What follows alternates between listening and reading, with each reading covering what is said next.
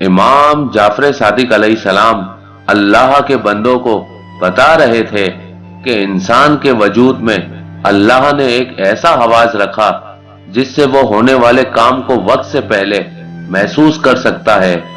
سونگھنا، دیکھنا، سننا، چکھنا اور چھونا، یہ تو انسان کے لیے حواس ریات ہے۔ حقیقت تو یہ ہے کہ اللہ نے بہت سارے حواس انسان کو نعمت بنا کر دیے ہیں، لیکن انسان اپنے وجود پہ غور نہیں کرتا۔ تو کسی نے عرض کیا، اے نواسہ رسول، ہم ایسا کیا عمل کریں کہ ہمارا وہ چھٹا حواس مضبوط ہو جائے؟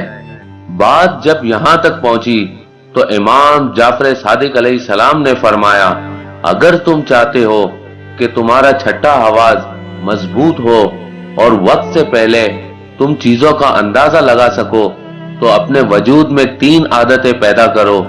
پہلا، اچھا سوچو، اچھا بولو۔ دوسرا، اپنے آپ کو حاضر دماغ رکھو۔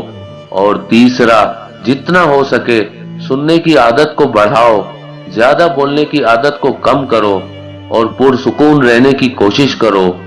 یاد رکھنا، جو انسان ان چیزوں پہ عمل کرتا ہے تو اللہ کے کرم سے اس کے دماغ پہ نور برستا ہے اور یوں وہ وقت سے پہلے ہونے والی چیزوں کا اندازہ لگا پاتا ہے۔